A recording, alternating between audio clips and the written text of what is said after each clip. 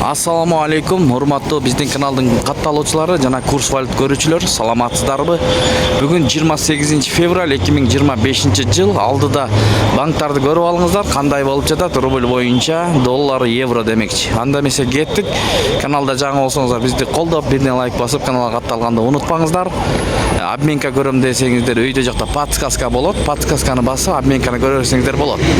Анда эмесе банктарды көргөзүп беребиз Бишкек шаарынан. Эко Исламик банк доллар 87 сом 30 тыйын, евро 89 сом 90 тыйын, рубль 98 тыйын, саты 1.02.